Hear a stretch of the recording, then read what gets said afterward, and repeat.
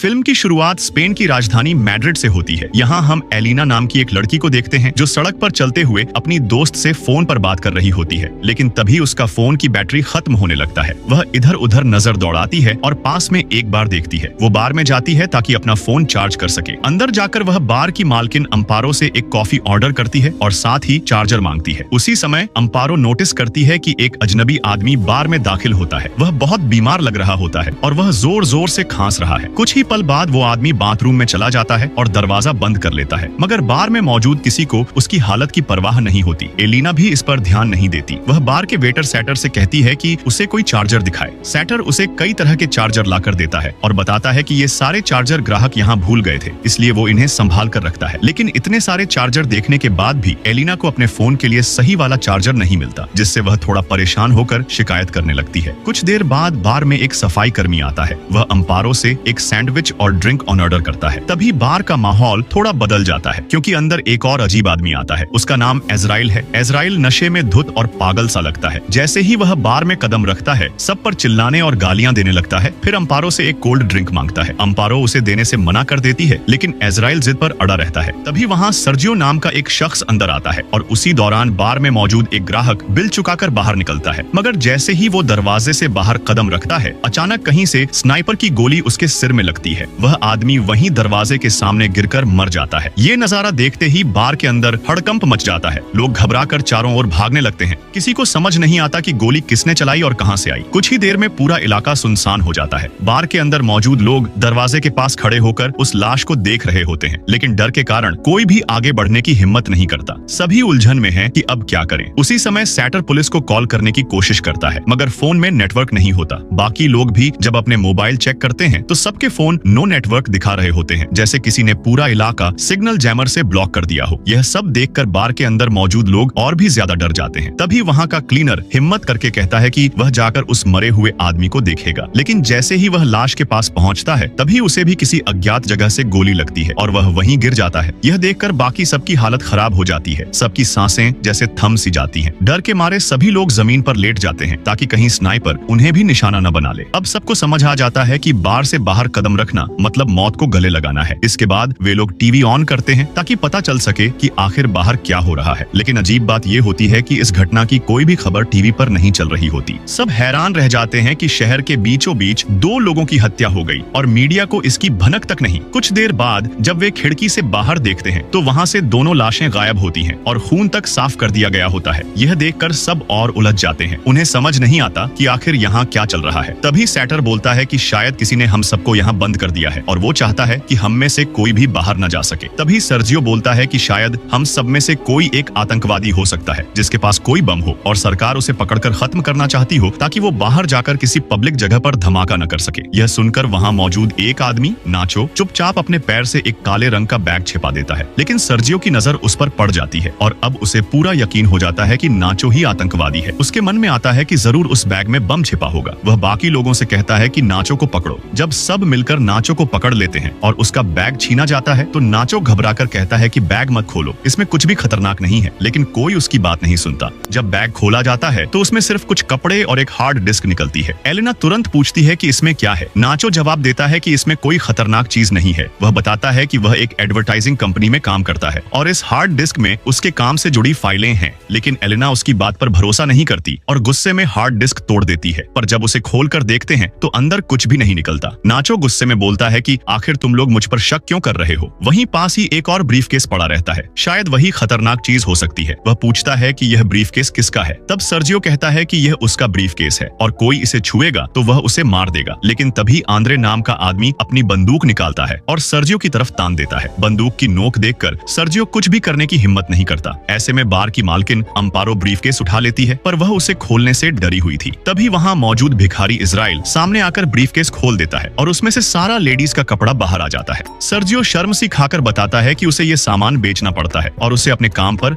शर्म भी आती है। पर उससे पहले कि कोई और कुछ कह पाता, बाथरूम की तरफ से एक अजीब आवाज सुनाई देती है। जब वे बाथरूम का दरवाजा खोलने की कोशिश करते हैं तो पता चलता है कि वह अंदर से लॉक है। काफी कोशिश के बाद ये लोग बाथरूम का दरवाजा खोलने में कामयाब हो जाते हैं। अंदर जाकर देखते हैं कि वहाँ एक मोटा आदमी बेहोश पड़ा है। शुरुआत में यही शख्स था जो खांसते हुए वॉशरूम में गया था और तब से वहीं गिरा पड़ा था। उसके पास एक इंजेक्शन भी पड़ा मिलता है। सब उसे देखकर देखकर सोचते हैं कि शायद यह कोई नशेड़ी होगा, इसलिए उसे वहीं छोड़ देते हैं। उसी समय बाहर से गाड़ियों की आवाजें सुनाई देती हैं। जब ये लोग बार के दरवाजे के पास जाकर झांकते हैं तो देखते हैं कि बाहर कई सैनिक खड़े हैं जिनके चेहरों पर मास्क लगा हुआ है। यह देखकर सबको राहत महसूस होती है और वे मदद के लिए चिल्लाने लगते हैं, लेकिन सैनिक उनकी ओर बढ़ने के बजाय वहाँ टायरों का बड़ा ढेर लगाते हैं और उन्हें आग लगा देते हैं। फिर वे बिना कुछ कहे वहाँ से चले जाते हैं। सभी को लगता था कि सेना उनकी मदद करने आई है, लेकिन अब सब और भी ज्यादा डर जाते हैं। कुछ ही देर बाद टीवी पर खबर आती है कि शहर के एक बड़े हिस्से में आग फैल गई है और उस इलाके को पूरी तरह सील कर दिया गया है। अब उस जगह पर कोई भी नहीं जा सकता। बार में फंसे लोग उलझन में पड़ जाते हैं। उन्हें समझ नहीं आता कि सरकार झूठ क्यों बोल रही है। उन्हें लगने लगता है कि यही आग सरकार ने खुद लगाई थी। उन्हें देख भी लिया गया, फिर भी कोई उन्हें बचाने नहीं आ रहा। तभी वही शख्स जो बाथरूम में बेहोश पड़ा था अचानक अपने पैरों पर खड़ा हो जाता है। उसकी बॉडी सूजी हुई दिखती है और उसकी आंखें सफेद रोशनी सी चमक रही होती हैं। वह कांपते हुए खड़ा है और फिर जमीन पर गिरकर मर जाता है और उसका मोबाइल हाथ से छूटकर नीचे गिर जाता है। इजराइल हंसते हुए उस मृतक की आंखों पर सिक्के रख देता है और कहता है, हम सब मरने वाले हैं। बाकी लोग मृतक का फोन उठाते हैं और देखते हैं कि वह असल में एक आर्मी ऑफिसर था। उसके फोन में कुछ तस्वीरें मिलती हैं जिनमें लोग वायरस प्रोटेक्टिव सूट पहने हुए हैं। ये तस्वीरें देखकर नाचो को एहसास होता है कि वह आदमी इन्फेक्टेड था और शायद यही इन्फेक्शन उसकी मौत का कारण है। नाचो कहता है कि अब और लोग भी संक्रमित हो चुके होंगे और शायद इसलिए सरकार उन्हें बाहर नहीं जाने दे रही ताकि इन्फेक्शन बाहर फैल न जाए। इसलिए सरकार ने पूरे इलाके को सील कर दिया है और किसी भी हाल में हमें बाहर जाने नहीं दिया जाएगा। उनकी निगाहें अभी भी हम पर टिकी हैं। जो भी बाहर निकलेगा उन्हें मार दिया जाएगा, इसलिए मदद बाहर से ही बुलानी पड़ेगी। नाचो उस सैनिक के फोन से सिग्नल पकड़ने की कोशिश करता है। वह एक मेज पर चढ़कर फोन ऊपर उठाता है और उसी वक्त फोन में नेटवर्क आने लगता है। नाचो तुरंत अपने एक दोस्त को कॉल कर देता है। उसका दोस्त निर्देश देता है कि कोई मीडिया वाले को कॉल कर स्थिति बताओ। तब सैटर भी फोन पकड़कर मदद के लिए चिल्लाने की कोशिश करता है। वह मेज पर चढ़ जाता और फोन नाचो से छीन लेता है, परंतु मेज ज्यादा वजन पड़ने से टूट जाती है और कॉल कट जाती है। फिर आंद्रे नाचो से फोन मांगता है नेटवर्क वापस लाने के लिए, मगर बार की मालकिन अम्पारो उसे रोक देती है और कहती है कि वह फोन दूर रखे क्योंकि वही उस संक्रमित आदमी का फोन है जो शायद इन्फेक्शन से मर गया।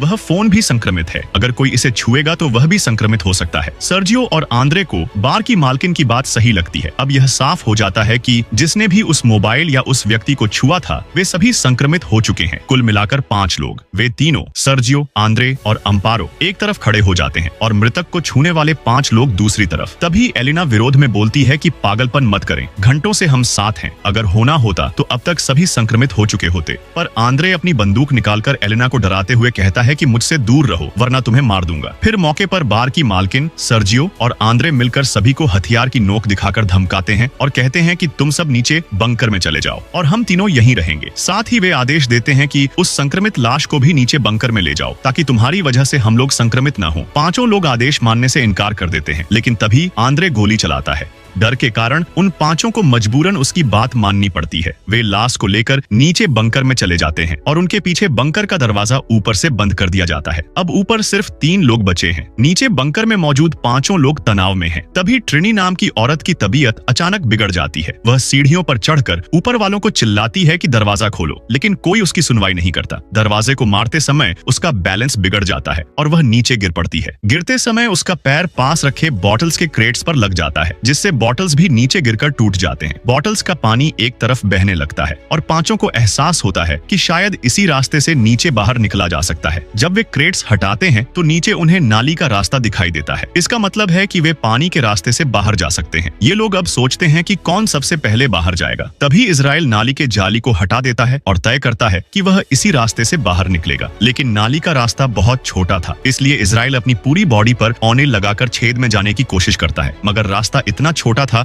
कि वह फंस जाता है। तभी अचानक ऊपर से गोलियों की आवाजें सुनाई देती हैं और ऊपर मौजूद 3 लोगों की चिल्लाने की आवाजें आती हैं। आवाजें सुनकर नीचे लोग बहुत घबरा जाते हैं। फिर ऊपर बार में धुआं दिखाई देता है, जिससे वे समझ जाते हैं कि ऊपर मौजूद तीनों को मारकर पूरे बार में आग लगा दी गई है। ट्रिनी ऊपर जाकर स्थिति देखने की कोशिश करती है और बंकर का दरवाजा खोलने लगती है, लेकिन दरवाजा इतनी गर्मी से तप रहा था कि उसके हाथ जल जाते हैं और वह चिल्ला पड़ती है। नीचे लोग तुरंत ट्रिनी के हाथों पर पट्टी बांध देते हैं, जिससे उसे थोड़ा आराम मिलता है। मिलता है। दूसरी तरफ इजराइल अब भी छेद में फंसा पड़ा होता है। कुछ देर बाद सब मिलकर उसे धीरे धीरे खींचकर बाहर निकाल लेते हैं। इसके बाद वे नीचे बैठकर चुपचाप इंतजार करते जब तक ऊपर का हालचाल शांत न हो जाए। कुछ घंटों के बाद आग पूरी तरह बुझ जाती है और वे ऊपर बार में जाने का फैसला करते हैं। ऊपर पहुंचकर वे देखते हैं कि बार पूरी तरह राख हो चुका है। वहीं बाहर कुछ लोग उस इलाके को जबरदस्ती सील करते दिखाई देते हैं। एलिना कहती है कि वह मदद मांगने जाएगी, पर नाचो उसे रोक देता है। वह समझाता है कि अगर वे लोग उसे देख लेंगे तो मार डालेंगे। बेहतर यही है कि हम कुछ दिनों के लिए यहीं छिपे रहें और जैसे ही मामला शांत हो एक एक करके बाहर निकल जाए। नाचो की बात सबको सही लगती है और वे चुपचाप वहीं छिपकर हालत को देखते रहते हैं, क्योंकि अगर किसी को पता चल गया कि अंदर अभी भी 5 लोग जिंदा हैं, तो वे भी खतरे में पड़ सकते हैं। तभी मोबाइल बजना शुरू हो जाता है। अच्छी बात यह थी कि बाहर जो लोग जगह को सील कर रहे थे वे अब वहां से चले गए थे और जो फोन बज रहा था वह उसी संक्रमित आदमी का था। एलिना फोन उठाकर उसकी चैट्स पढ़ना शुरू कर देती है। चैट्स में एक आदमी उस ऑफिसर से पूछता है कि क्या वैक्सीन लेने के बाद तुम्हारी तबीयत ठीक हो गई? उस आदमी का जवाब आता है, नहीं, मेरी हालत अभी भी बहुत खराब है। मैं किसी बार के वॉशरूम में छिपा हुआ हूँ, तुम मेरे पास आने की कोशिश मत करना। फिर एलिना उस ऑफिसर की पुरानी चैट्स पढ़ती है जिसमें लिखा होता है कि उसके पास अभी 4 और इंजेक्शन बचे हैं। ये देखकर सबको समझ आता है कि ये इंजेक्शन ही इस वायरस की वैक्सीन है। यह जानकर सभी थोड़े खुश हो जाते हैं क्योंकि वैक्सीन शायद काम कर सकती है, लेकिन उनके मन में शक होता है, अगर उस आदमी ने वैक्सीन ली थी तो उसकी मौत कैसे हुई? फिर वे उसकी और पुरानी चैट्स पढ़ते हैं और पता चलता है कि वह कई दिन से बीमार था, इसलिए वैक्सीन का असर उस पर नहीं हुआ और वह मर गया। तभी अचानक उस मोबाइल पर एक कॉल आता है, लेकिन इससे पहले कि नाचो फोन उठा सके मोबाइल की बैटरी खत्म हो जाती है। अब सब किसी तरह फोन को चार्ज करने की कोशिश करते हैं। तभी नाचो को पास में एक गन मिलता है जिसे वह चुपचाप अपने पास रख लेता है। इसी बीच एलिना कहती है कि उस चैट में लिखा था, मेरे पास 4 और इंजेक्शन बचे हैं, तो क्यों ना हम उन वैक्सीन को ढूंढें। ये सुनकर सब वापस नीचे बंकर में जाते हैं और उस मरे हुए आदमी की तलाशी लेने लगते हैं, लेकिन वहाँ उन्हें कोई वैक्सीन नहीं मिलती। तभी किसी को याद आता है कि वह आदमी सबसे पहले वॉशरूम में गया था। वे सब वॉशरूम की तरफ भागते हैं जहाँ पहले से इजराइल वैक्सीन को हाथ में लेकर बैठा होता है। नाचो और बाकी सब उसे मनाने की कोशिश करते हैं कि वैक्सीन दे दो, लेकिन इजराइल मना कर देता है। वह कहता है, हम लोग 5 हैं और वैक्सीन सिर्फ 4 हैं। अगर मैंने इन्हें दे दिया तो तुम लोग मुझे मेरा हिस्सा कभी नहीं दोगे, क्योंकि मैं एक भिखारी हूँ और मेरी जिंदगी की तुम्हें कोई कीमत नहीं लगती। यह कहकर इजराइल एक इंजेक्शन उठाता है और खुद को इंजेक्ट कर लेता है। तभी नाचो अपनी बंदूक इजराइल पर तान देता है, लेकिन इजराइल फिर भी वैक्सीन अपने शरीर में इंजेक्ट कर लेता है। इसके बाद नाचो और इजराइल के बीच हाथापाई शुरू हो जाती है। इजराइल नाचो पर हावी होकर उसकी बंदूक छीन लेता है। इसी दौरान वैक्सीन उसके हाथ से नीचे बंकर में गिर जाती है। ट्रिनी तुरंत बंकर में जाकर वैक्सीन उठाती है। वैक्सीन हाथ में लेकर वह खुश होती है, लेकिन हाथों पर पट्टियां होने की वजह से वैक्सीन सही से पकड़ नहीं पाती और वह नीचे नाले में गिर जाती है। अब सब परेशान हो जाते हैं और सोचते हैं कि किसी न किसी को नाले में जाना ही पड़ेगा। इसमें एलिना सबसे पतली थी, इसलिए वे सब उससे पूछते हैं कि क्या वह अंदर जाकर वैक्सीन ला सकती है। पहले तो एलिना मना करती है, लेकिन बाद में मान जाती है। उसके बाद उसकी बॉडी पर ऑनेल लगाया जाता है और उसे छोटे छेद से धकेला जाता है। काफी कोशिश के बाद वह नाले में गिर जाती है। कुछ देर खोजने के बाद अंततः एलिना को वैक्सीन मिल जाती है और वह पानी से बाहर आ जाती है। तभी नाचो एक तार नीचे फेंकता है और कहता है कि तुम वैक्सीन को इस तार से बांध लो, मैं उन्हें ऊपर खींच लूंगा। लेकिन एलिना मना कर देती है। वह जानती है कि ऊपर 3 लोग हैं और वैक्सीन भी सिर्फ 3 ही बची है। वह कहती है कि अगर मैंने तुम लोगों को वैक्सीन दे दी तो तुम लोग इन्हें इस्तेमाल करके मुझे यहाँ छोड़ दोगे। इसलिए वह कहती है कि वैक्सीन अभी मैं इस्तेमाल नहीं करूंगी, मैं इन्हें अपने पास रखूंगी। तुम लोग नीचे आओ, फिर मिलकर फैसला करेंगे। ऊपर मौजूद लोगों के पास और कोई विकल्प न होने के कारण वे उस छेद को बड़ा करने के लिए तोड़ना शुरू कर देते हैं। इसी बीच एलिना बाहर का रास्ता तलाशने चल पड़ती है। थोड़ी दूर चलने पर उसे कहीं दूर रोशनी दिखाई देती है। पहले वह वैक्सीन को पास में बने एक गड्ढे में छिपा देती है। उसके बाद एलिना सीढ़ियों से ऊपर जाकर देखती है कि बाहर भारी पुलिस फोर्स मौजूद है, जिन्होंने पूरे इलाके को घेर रखा है और वे बार में मर चुके 3 लोगों को जलाते दिख रहे हैं। इस बीच ऊपर बंकर में बाकी 4 लोग छेद का रास्ता बड़ा कर चुके हैं और अब किसी तरह नीचे उतर आते हैं। नीचे आते ही इजराइल और नाचो के बीच फिर से हाथापाई शुरू हो जाती है। इस बार नाचो इजराइल से बंदूक छीनने में सफल होता है। तभी पानी में से गोली चलने की आवाज आती है और नाचो ऊपर आ जाता है। जब वे देखते हैं कि नाचो ऊपर आ गया है लेकिन इजराइल अभी तक बाहर नहीं आया, तो समझ जाते हैं कि शायद इजराइल मर चुका है। वे आपस में कहने लगते हैं कि नाचो ने इजराइल को मार डाला। नाचो कहता है कि उसने इजराइल को नहीं मारा, बल्कि वह कहीं तैरकर चला गया, लेकिन बाकी लोग उसकी बात बात पर यकीन नहीं करते और वे नाचो से बंदूक फेंकने को कहते हैं, लेकिन नाचो मना कर देता है। पहले नाचो नरमी से एलेना से पूछता है कि वैक्सीन कहाँ है, पर जब एलेना जवाब नहीं देती तो वह सैटर को बंदूक की नोक पर लाकर दबाव बनाता है और एलेना से वैक्सीन देने को कहता है। नाचो आगे बोलता है कि हमारे पास 3 वैक्सीन है, अगर मैं सैटर को मार दूं तो बाकी लोग आराम से वैक्सीन बांट लेंगे, पर एलेना यह करने से साफ इनकार कर देती है। वह कहती है कि सैटर को मत मारो, मैं तुम्हें वैक्सीन देने के लिए तैयार हूँ। उसके बाद एलेना उन्हें बाहर लेकर जाती है। तभी सैटर पानी में फिसलकर गिर जाता है और ट्रिनी मुश्किल से अपनी जान खतरे में डालकर उसे बचा लेती है। ट्रिनी कहती है कि हम चारों में से एक को तो मरना ही होगा, वह उम्र में सबसे बड़ी है और अपनी जिंदगी जी चुकी है, इसीलिए वह नाचो से कहती है कि मुझे गोली मार दो ताकि तुम लोग वैक्सीन बांटकर अपनी जान बचा सको। काफी देर सोचने के बाद नाचो ट्रिनी पर बंदूक तानता है, लेकिन वह गोली नहीं चला पाता। इसके बाद ट्रिनी नाचो से बंदूक लेकर थोड़ी दूर जाकर खुद को गोली मार लेती है। अब सिर्फ 3 लोग बचे थे और उनके पास 3 ही इंजेक्शन बचे थे, इसलिए सब एक एक करके इंजेक्शन ले लेते हैं। तभी उन्हें उस जगह से गोली चलने की आवाजें सुनाई देती हैं। जब वे वहां पहुंचते हैं तो देखते हैं कि ट्रिनी की आंखों पर किसी ने सिक्के रख दिए हैं। इसे देखकर सब समझ जाते हैं कि यह काम इजराइल ने किया है, क्योंकि वह ऐसा करता है। तभी पीछे से इजराइल सैटर पर हमला करके उसे मार देता है। इजराइल बेहद गुस्से में था और नाचो और एलेना का पीछा करने लगता है। तभी नाचो और एलेना को सामने सीढ़ियां दिखाई देती हैं। दोनों तेजी से वहां की ओर भागते हैं और बचने के लिए सीढ़ियों पर चढ़ना शुरू करते हैं, परंतु इस दौरान एलेना का इंजेक्शन उसके हाथ से नीचे गिर जाता है। अब क्योंकि इजराइल भी उनके पीछे चढ़ रहा था, एलेना नीचे जाकर इंजेक्शन नहीं उठा सकती थी, वरना इजराइल उसे मार देता। तभी इजराइल नाचो को पैर से पकड़ लेता है। तभी नाचो को एहसास होता है कि अब वह बाहर नहीं जा पाएगा, इसलिए वह अपना वैक्सीन एलेना को थमा देता है और कहता है तुम भाग जाओ। तभी इजराइल नाचो को पैर से पकड़कर नीचे खींच देता है और दोनों नीचे गिरकर मर जाते हैं। एलेना तुरंत नाचो का दिया हुआ वैक्सीन खुद में इंजेक्ट करती है और नाली का ढक्कन खोलकर बाहर निकल आती है। बाहर निकलते ही वह कई लोगों को देखती है और महसूस करती है कि सरकार ने आगे का पूरा इलाका पूरी तरह से सील कर दिया है। तभी एक औरत अपना जैकेट निकालकर एलेना को पहनाती है और एलेना भीड़ में घुल मिल जाती है। इस कहानी में कुछ बेगुनाह लोग भी मारे गए, लेकिन सरकार को यह कदम मजबूरी में उठाना पड़ा। अगर ये लोग बिना वैक्सीन के बाहर निकलते तो वायरस पूरी दुनिया में फैल सकता था, इसीलिए सरकार को अपनी जनता की सुरक्षा के लिए यह फैसला लेना पड़ा। इसी के साथ यह कहानी खत्म होती है। अगर आपको वीडियो पसंद आई हो तो हमारे चैनल को सब्सक्राइब करें और वीडियो को लाइक करना न भूलें। मिलते हैं अगली वीडियो में।